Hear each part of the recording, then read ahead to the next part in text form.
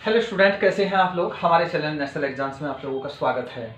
तो बच्चों, कल वीडियो में आप लोगों को सूचना मिली गई होगी कि यूकेएसएससी ने 13 वैकेंसी का जो नोटिफिकेशन है वो निरस्त कर दिया गया है। देखो, ये निरस्त ऐसा नहीं है कि पूरी तरह निरस्त कर दिया, एग्जाम नहीं होगा। अब केवल ये वैकेंसी शिफ्ट की गई है यूकेपीएससी को। काफ़ी लोग इसमें घबराए हुए थे, तो घबराने की जरूरत नहीं है, केवल आपके समय की बर्बादी हुई है और कुछ नहीं हुआ है। ठीक है, फॉर्म दोबारा भरे जाएंगे और जहां तक मुझे उम्मीद है कि शायद पीएससी नए लोगों को भी इसमें चांस देगी, यानी कि कोई भी दोबारा फॉर्म भर सकता है। जो पुराने लोग हैं उन्हें शायद फीस नहीं जमा करनी पड़ेगी और जो नए लोग भरेंगे उन्हें फीस जमा करनी पड़ेगी। हालांकि ये पूरा का पूरा सिस्टम जो भी यूकेएसएससी का था, पीएससी अपने कंट्रोल में लेके भी एग्जाम करा सकता था। अब पता नहीं गवर्नमेंट की क्या मर्जी है। तो अब बच्चे घबराए हुए हैं कि यूकेपीएससी का तरीका क्या रहेगा, इसके तरीके के लिए इसकी रणनीति कैसी होनी चाहिए, कैसे तैयारी करेंगे। तो इसकी एक पूरी जो डिटेल वीडियो है वो बनाएंगे, शायद कल ही मिल जाएगी आप लोगों को। उस पर पूरी चर्चा करेंगे कि कैसा आपको करना है, आपकी रणनीति में क्या तरीका है और उसे कैसे कैसे बदलाव करना है। अब हम पढ़ते हैं ये क्लास, ज्योग्राफी चल रही है इसमें। यहाँ देखो, टॉपिक का नाम है हिमालय का पश्चिम से पूर्व की ओर विभाजन। पिछली वीडियो में हमने पढ़ा था हिमालय पर्वत। तो हिमालय पर्वत का उत्तर से दक्षिण की ओर विभाजन पढ़ा था। पहले ट्रांस हिमालय था, उसके बाद था महान हिमालय, फिर लघु हिमालय और उसके बाद था कौन, शिवालय। यानी कि पूरा जो हिमालय है उत्तर से दक्षिण 4 भागों में बांटा गया है, 4 श्रेणियों में बांटा गया है। ठीक, अब हम हिमालय का जो वर्गीकरण करेंगे वो पश्चिम से पूर्व की ओर करेंगे। यहाँ से क्वेश्चन काफी पूछे जाते हैं।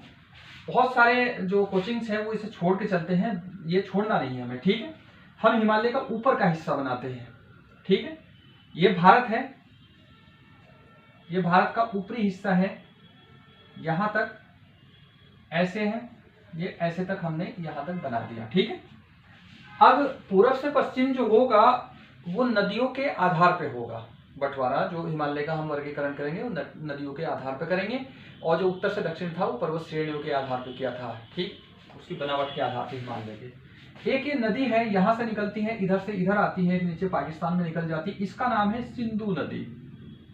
याद रखना, सिंधु नदी। ये तिब्बत से निकलती है, राजस्थान सबको पता है वहां से। इसके बाद अगली एक और नदी है, ऐसे जाती है, जो बहुत फेमस नदी है, इसका नाम है सतलुज नदी। ये बस नदियां याद रखनी है आपको, और बहुत छोटा टॉपिक है, कई बार यहाँ से क्वेश्चन पूछे जाते हैं। उसके बाद यहाँ ये अपना उत्तराखंड है, अभी थोड़ा सा एडजस्ट कर लेना। इसके इधर पूर्वी हिस्से से निकलती है एक नदी, कौन सी, काली। ठीक है, काली नदी, इसका नाम रखना है काली। अब काली नदी से पूर्व में, जैसे इधर पूर्व की ओर जाओगे, इसके बीच एक नदी निकलती है, यहां से तीस्ता नदी। ठीक है, इसका नाम रख लो तीस्ता, इसे याद रखो, तीस्ता नदी। अब तीस्ता नदी के इधर भारत के सबसे पूर्वी भाग में यहां से एक नदी ऐसे जाती है निकल के, इसका नाम तो आप समझ ही गए होंगे, इसका नाम है ब्रह्मपुत्र। हालांकि इसके बारे में डिटेल से पढ़ेंगे कि इसका नाम ब्रह्मपुत्र कहां पड़ा और इसके कितने नाम हैं, इसके बहुत सारे नाम हैं। ठीक है, तो भारत को जो हिमालय है, उत्तरी क्षेत्र है, उसे हम पश्चिम से पूर्व या पूर्व से पश्चिम 4 भागों में बांटते हैं। 1, 2, 3, 4 भागों में बांटते हैं। और ये भाग किसके बीच है, नदियों के बीच है ये भाग। ठीक है, जो सिंधु और सतलुज नदी के बीच है, इसे बोलते हैं पंजाब हिमालय। ठीक है, पंजाब हिमालय, इसका नाम है पंजाब हिमालय। आप इसे इतना करोगे, देखो सीधा सीधा क्वेश्चन पूछा जाता है कि पंजाब हिमालय किन नदियों के बीच है, आपको आंसर मैप से देना है। ठीक, जो भी रहेगा।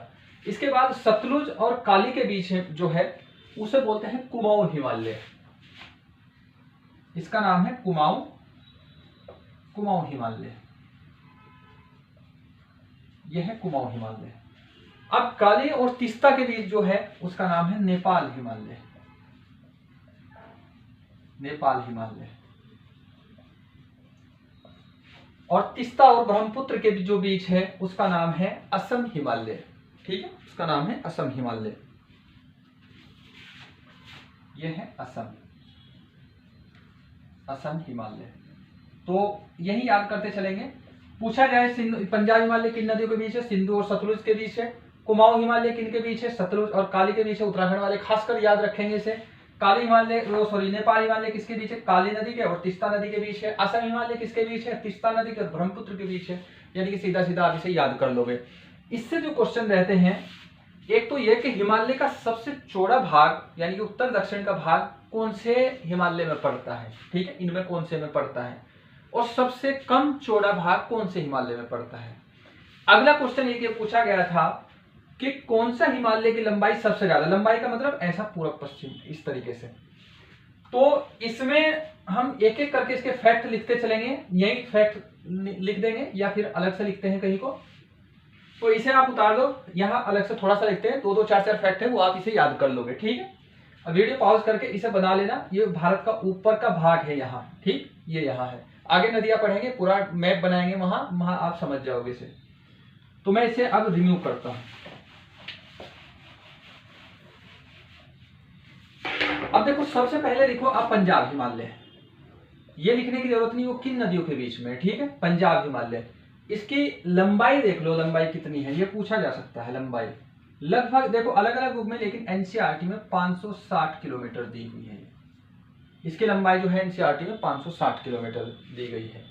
अगला जो फैक्ट है यहाँ, जो इसका पॉइंट है जो आप लोगों को याद रखना है, यहाँ हिमालय की चौड़ाई सबसे ज्यादा है। हिमालय की चौड़ाई का मतलब क्या है, उत्तर से दक्षिण की ओर हिमालय की चौड़ाई सबसे अधिक, ये याद रखना है आपको, सबसे अधिक हिमालय की चौड़ाई है यहाँ सबसे अधिक। अब ये क्वेश्चन रहेगा कि इसमें चोटियां कौन कौन सी रहती है, ये क्वेश्चन पूछा गया है और कई बार पूछा गया है कि पंजाब हिमालय के बीच कौन सी चोटी है। एक बार ये पूछा गया था कि लद्दाख जो पर्वत चोटी है वो कौन से हिमालय में पड़ती है, ठीक। हालांकि इसमें कोई नहीं आंसर था, लेकिन यहाँ याद रखना है, इसमें चोटी जो पड़ेगी लद्दाख पड़ेगी, जास्कर पड़ेगी, पीर पंजाल पड़ेगी, पीर पंजाल। ये इतने फैक्ट है जो आप लोगों को याद रखने हैं, और बहुत ज्यादा इसमें कुछ करने की जरूरत नहीं है, केवल इतना याद रख लो, यहीं से आप लोगों का काम चल जाएगा, ठीक। अगला जो हिमालय है उसका नाम लिखो कुमाऊं हिमालय। अब देखो किन के बीच है वो तो आप मैप से कर लोगे, यहां लिखने की जरूरत नहीं है। तो अगला लिखो कुमाऊं हिमालय, कुमाऊं, सॉरी ऊपर भी हिमालय लिख लेना, कुमाऊं हिमालय, यहां हिमालय। अब कुमाऊं हिमालय जो है वो किन किन नदियों के बीच है आप लोग इसे बताएंगे। अब देखो इसमें किन किन नदियों के बीच है वो तो पता ही है आपको, मैप से याद करोगे, रटोगे, और इसका बाद में मैं जितनी ज्योग्राफी है उसका एक टेस्ट भी दूंगा, वो टेस्ट आपको सॉल्व करना है। और हाँ, कुछ लोगों की डिमांड थी कि टेस्ट सीरीज के लिए हमारे चैनल पर 10 टेस्ट की एक जो पूरी प्लेलिस्ट बनी हुई है, वहां से जाके आप टेस्ट कर लगाएं और उसके लास्ट में आंसर की दी गई है। पहले टेस्ट लगा के अपना स्कोर जरूर देख लें और स्कोर कमेंट में जरूर लिखें। अगर कहीं कोई डाउट हो तो बिल्कुल बताना, और अगर कोई इसके अलावा कुछ पूछना हो तो कॉल करके पूछ सकते हैं, ठीक है। कुमाऊं हिमालय, इसकी लंबाई है, हालांकि यहाँ से क्वेश्चन बहुत कम रहते हैं, इसकी लंबाई कितनी है, लगभग 320 किलोमीटर। ये कम ज्यादा अलग अलग बुक्स में है, लेकिन आप लंबाई कभी पूछते भी नहीं, ठीक है। और यहाँ चोटियां कौन कौन सी पाई जाती है, कुमाऊं हिमालय में जितनी उत्तराखंड की सारी चोटियां आएगी। तो मेन लिख लो, नंदा देवी, नंदा देवी, कामेट, और इसके बाद बद्रीनाथ, जो भी है वो सारे लिख लोगे आप यहाँ, ठीक है। जितने भी उत्तराखंड के वो सारे यहाँ करेंगे, जब उत्तराखंड की क्लास चलेगी तो वहां आप लोगों को ये सारा समझा देंगे इसमें, ठीक। आपको केवल ये याद रखना है इसे कि ये किन किन नदियों के बीच में है, ठीक है, सतलुज और बोलो इसके बाद कौन सा है, अरे बोले क्यों नहीं, काली, ठीक है। अब इसके बाद कुमाऊं के बाद आता है नेपाल हिमालय।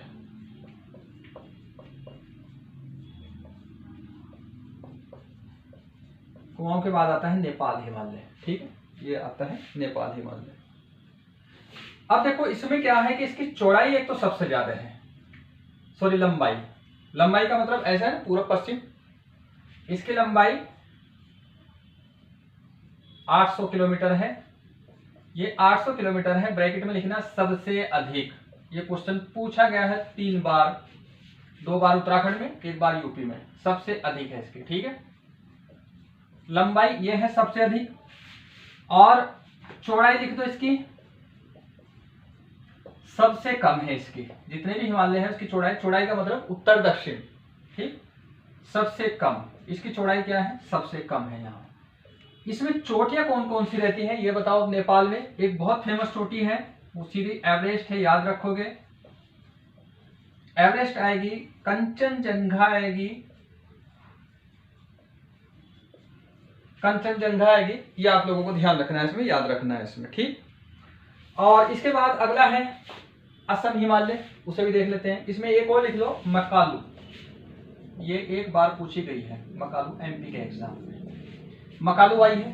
अब इसके बाद आता है असम हिमालय।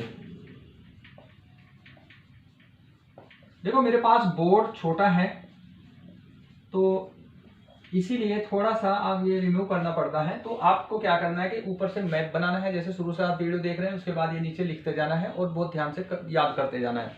बहुत लंबा चौड़ा डेटा है नहीं इसलिए, और इसमें तो बहुत ज्यादा पूछा भी नहीं जाता असम हिमालय में, तो इसकी केवल लंबाई लिख लो।